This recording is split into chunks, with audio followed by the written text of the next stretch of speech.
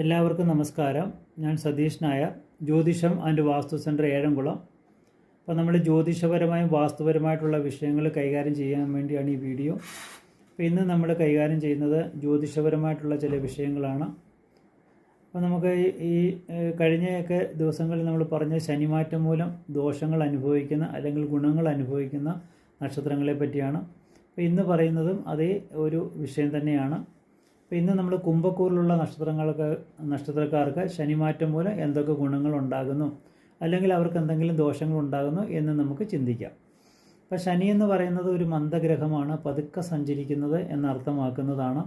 അപ്പോൾ നമ്മളൊരു രാശിയിൽ ഏറ്റവും കൂടുതൽ സമയം നിൽക്കുന്നത് അതുകൊണ്ടാണ് ശനിയുടെ ഒരു രാശിയിൽ 2.5 വർഷക്കാലമാണ് ശനി സ്ഥിതി ചെയ്യുന്നത്. ഇപ്പോൾ കുംഭത്തിൽ നിന്ന് മീനത്തിലേക്ക് ഇനിയും ശനി സഞ്ചരിക്കുന്ന ഒരു സമയം എന്ന് പറയുന്നത് 29 മാർച്ച് മാസം 2025